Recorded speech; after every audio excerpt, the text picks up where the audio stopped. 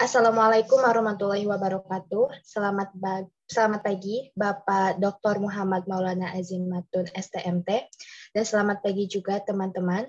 Sebelumnya kami mengucapkan terima kasih kepada Bapak Azim yang telah memberikan kesempatan kepada kami untuk bisa mempresentasikan hasil proposal penelitian kami yang berjudul kadar total fenolik ekstrak kulit rambutan atau Naphelium lapacem L melalui metode ekstraksi microwave. Adapun anggota kelompok kami terdiri dari saya, Renati Jayanti, dengan NIM 19, kemudian ada Arina Bintan Kamila dengan NIM 41, ada Lu'lu Halimatul Hasanah dengan NIM 46, dan ada Atfi Prayuda dengan NIM 70.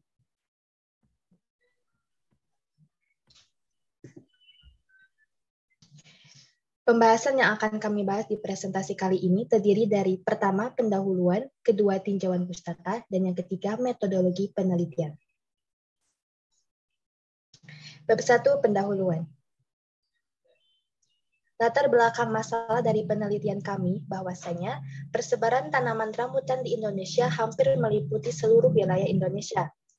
Daging rambutan terdiri dari gizi, zat tepung, protein, asam amino, vitamin, zat mineral, enzim esensial dan non-esensial. Kemudian untuk kulit rambutannya sendiri mengandung struktur kumarin glikosida yang merupakan senyawa golongan fenolik, di mana golongan fenolik ini memiliki manfaat sebagai antioksidan, antibakteri, antiinflamasi, antidiabetes, dan antivirus. Namun, kulit rambutan ini belum dimanfaatkan secara optimal, sehingga perlu adanya suatu metode agar kulit rambutan ini bisa lebih bermanfaat. Dan salah satu metodenya yaitu dengan ekstraksi senyawa fenoliknya. Rumusan masalah dari penelitian kami yang pertama, metode ekstraksi yang sering digunakan adalah metode ekstraksi soklet. Namun metode tersebut kurang efisien, serta kadar fenol yang dihasilkan masih rendah.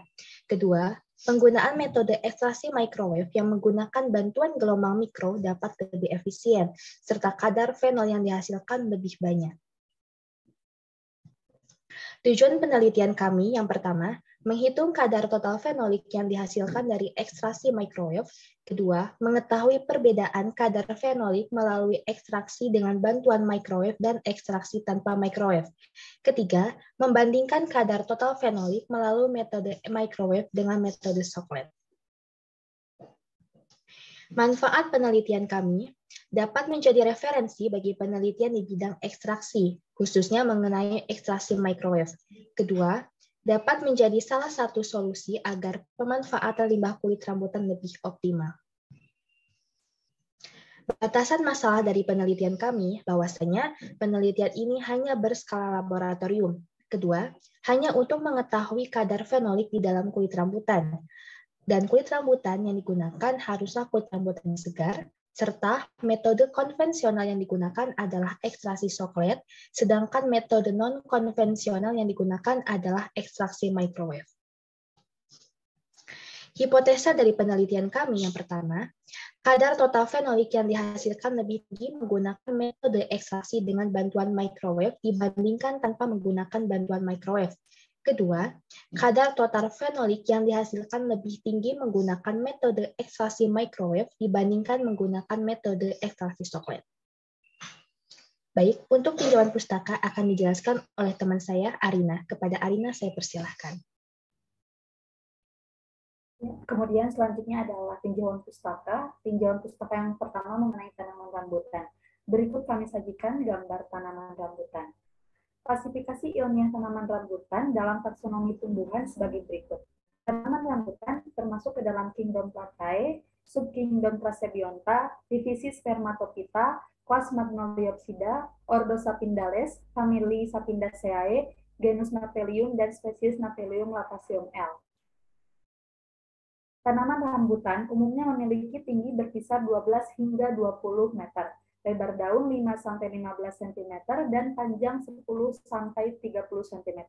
Sedangkan untuk buahnya memiliki lebar 3-4 cm dan panjangnya 3-6 cm. Tanaman rambutan ini terdiri dari 4% berat total, 13,2% kulit, 11,7% daging buah, 2,53% biji, dan 1,6% embrio. Berdasarkan penelitian yang telah dilakukan oleh Sukmawati dan kawan-kawan pada tahun 2017, diketahui bahwa dalam ekstraksi biji dan kulit rambutan terkandung furamin glikosida yang merupakan senyawa golongan fenolik.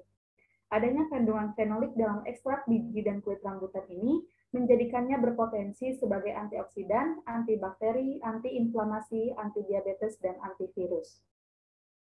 Selanjutnya, fenolik. Fenolik merupakan senyawa yang terdiri dari satu cincin aromatik atau lebih yang digabungkan ke satu gugus hidroksil atau lebih. Senyawa fenolik berperan pada pertahanan tanaman terhadap UV, patogen, dan predator lainnya. Berikut kami sajikan struktur fenol yang diambil dari jurnal Alara dan kawan-kawan 2021. Selanjutnya, fenolik memiliki daya tarik utama yang menjadi perhatian, yaitu sifat antioksidannya yang besar dan peran pencegahannya pada berbagai kondisi terkait stres oksidatif. Selain itu, fenolik juga ditemukan dapat mempengaruhi aktivitas beberapa enzim dan reseptor sel. Oleh karena itu, terdapat aktivitas biologis dari polifenol selain dari sifat oksidannya. Senyawa fenolik sering ditemukan pada buah-buahan, kacang-kacangan, sayuran, mikroalga, alga, dan lain-lain. Jumlah dan jenis fenol itu bergantung kepada metode ekstraksi yang digunakan, sifat kimianya, ukuran partikel, eksistensi senyawa pengganggu, dan kondisi penyimpanan. Metode ekstraksi yang digunakan berfungsi untuk menghilangkan gangguan yang tidak diinginkan, misalnya pigmen, terpen, lemak, dan lilin. Namun, terlepas dari metode ekstraksi yang digunakan, perlu diperhatikan bahwa efisiensi ekstraksinya dipengaruhi oleh beberapa parameter, seperti pelarut, sifat bahan, cahaya, durasi periode ekstraksi, pH, suhu, ukuran bahan, rasio pelarut, dan rasio cair-cair atau padat cair. Selanjutnya, ekstraksi. Ekstraksi merupakan proses pemisahan suatu komponen dari bahan yang terdiri dari satu komponen atau lebih dengan cara melarutkan salah satu komponen menggunakan pelarut yang sesuai. Artinya, proses pemisahan pada ekstraksi ini berdasarkan perbedaan kelarutan komponen-komponen senyawa yang akan dipisahkan menggunakan pelarut atau solvent yang diinginkan. Teknik ekstraksi yang digunakan untuk menentukan senyawa fenolik dari bahan tumbuhan adalah metode konvensional dan non-konvensional. Untuk metode konvensional, metode ini sebagian besar didesain dengan memanfaatkan volume pelarut yang lebih besar dan mekanismenya bergantung pada penelitian. Metode ini meliputi ekstraksi soklet, ekstraksi cair, dan maserasi. Kemudian untuk metode ekstraksi non-konvensional, metode ini lebih baik daripada metode konvensional, dikarenakan waktu ekstraksinya yang lebih singkat, kadar fenol yang dihasilkan lebih tinggi, reproduktivitas proses yang lebih baik, volume pelarut lebih sedikit, serta sisa zat yang beracun itu lebih berkurang. Metode ini meliputi microwave acid extraction, solid phase extraction, dan ultrasound acid extraction, dan sebagainya. Selanjutnya adalah ekstraksi microwave.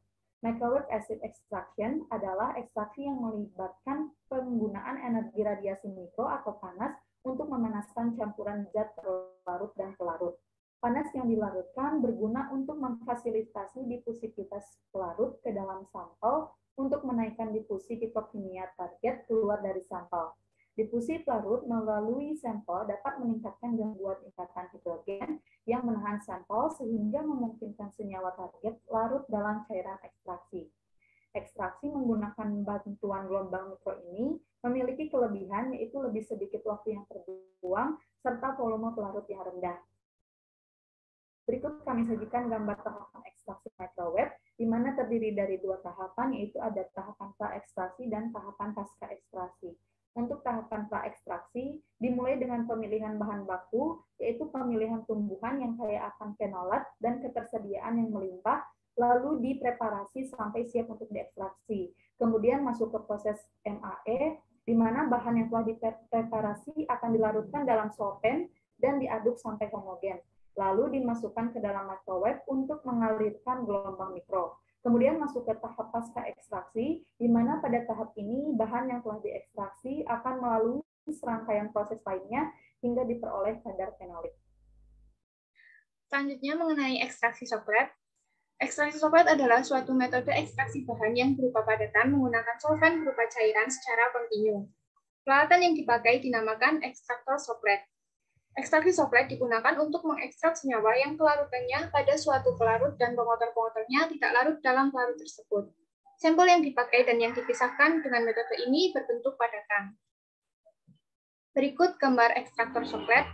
Untuk mekanisme ekstraksi soklet, pelarut mula-mula dipanaskan di dalam lampu hingga menguap. Kemudian uap dari pelarut tersebut naik mengenai kondensor dan akan mengembun, kemudian menetes mengenai bahan yang akan diekstrak. Kelemahan dari ekstraksi soklet diantaranya yang pertama waktu ekstraksi yang lama, yang kedua banyak solvent yang terbuang, yang ketiga perangkat soklet konvensional tidak memberikan aplikasi yang akan membantu meningkatkan kecepatan proses, kemudian yang keempat proses ekstraksi yang lama dapat mengakibatkan dekomposisi termal. Selanjutnya pelarut. Larut merupakan zat yang melarutkan zat terlarut yang berbeda secara kimiawi untuk membuat larutan. Larut bisa berupa cairan, padatan, gas, atau fluida superkritis. Jumlah zat terlarut yang bisa dilarutkan bervariasi sesuai suhu dan pelarut yang digunakan. Pelarut ada dua jenisnya, yaitu pelarut organik dan pelarut anorganik. Pelarut organik merupakan pelarut yang mengandung atom karbon pada molekulnya. Pelarut organik bisa bersifat polar atau non-polar, contohnya seperti alkohol, eter, ester, dan keton. Kemudian yang kedua, pelarut anorganik. Pelarut anorganik merupakan pelarut yang tidak mengandung komponen organik selain air. Pelarut anorganik merupakan pelarut yang bersifat polar sehingga tidak larut dalam pelarut organik dan non-polar. Contoh pelarut anorganik yaitu amonia dan asam sulfat. Untuk metode ekstraksi yang kami gunakan menggunakan pelarut berupa metanol. Metanol sering dianggap sebagai metil alkohol yang memiliki rumus kimia CH3OH dan juga merupakan pelarut yang tidak berwarna atau bening. Untuk sifat fisik dan kimiawi dari metanol disajikan dalam tabel 1. Untuk bab selanjutnya, saya lanjutkan di bab 3 metodologi penelitian. Nah, untuk metodologi penelitian yang pertama itu alat dan bahan. Alat dan bahan yang digunakan di sini yang pertama alatnya yaitu oven, freezer, grinder, microwave, alat soklet, dan tangas air. Untuk bahannya sendiri kita menggunakan limbah kulit rambutan segar, metanol 96%, aquades, regen folinciat kalteu, dan sodium karbonat. Adapun rangkaian alat dalam proses ekstraksi ini yang di sebelah kiri itu merupakan rangkaian alat ekstraksi untuk microwave dan sebelah kanan merupakan alat ekstraksi untuk soklet.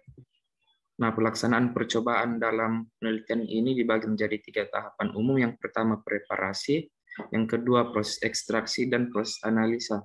Yang pertama itu preparasi bahan. Untuk preparasi bahan, alur kegiatan yang meliputi 1 kg limbah kulit rambutan segar, dicuci dengan air sampai bersih. Kemudian kulit rambutan dikeringkan menggunakan oven pada suhu 65 derajat Celcius selama 24 jam.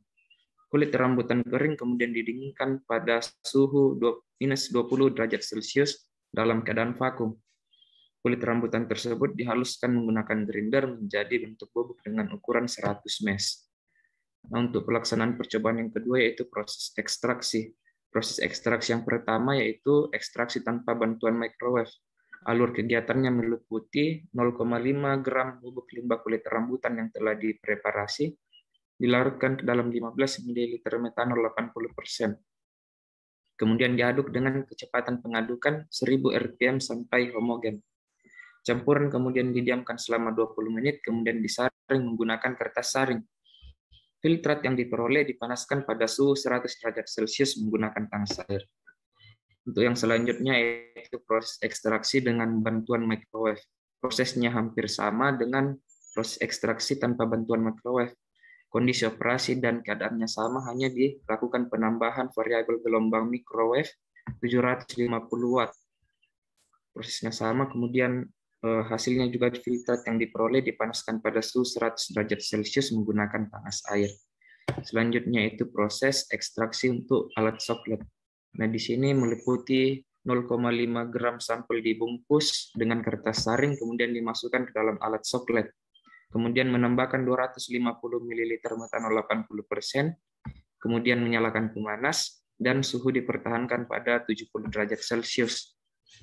Ekstraksi dihentikan ketika tetes siklus berwarna bening. Lalu ekstraksi cair yang diperoleh kemudian dipanaskan menggunakan panas air. Nah, selanjutnya di sini akan dilakukan analisis kadar total senyawa fenolik dengan asumsi bahwa pada proses exoplate dan proses dengan bantuan microwave tadi telah diperoleh titik jenuh ekstraksi sehingga dapat dilakukan perbandingan kadar fenolik yang diperoleh. Analisis kadar fenolik dilakukan melalui rangkaian kegiatan sebagai berikut. Yang pertama, reagen fenol diencerkan 10 kali menggunakan air, lalu 0,5 ml dari larutan encer tersebut dicampurkan dengan 1 ml ekstrak yang diperoleh. Campuran didiamkan selama 6 menit, diikuti dengan penambahan sodium karbonat 20%. Kemudian campuran disimpan dalam ruang gelap selama 2 jam pada suhu kamar. Selanjutnya mengukur absorbansi campuran menggunakan spektrofotometer UV vis pada panjang gelombang 760 nanometer. Adapun tata waktu penelitian meliputi preparasi bahan dilakukan pada minggu pertama dan minggu kedua, proses ekstraksi dilakukan pada minggu ketiga, 4, 5, dan 6, dan analisis kadar senyawa fenolik dilakukan pada minggu ke-7, 8, 9, dan 10, dengan sambil menyusun laporan di minggu 8, 9, 10, dan 11. Adapun di minggu terakhir, yaitu di minggu ke-12, dilakukan presentasi makalah.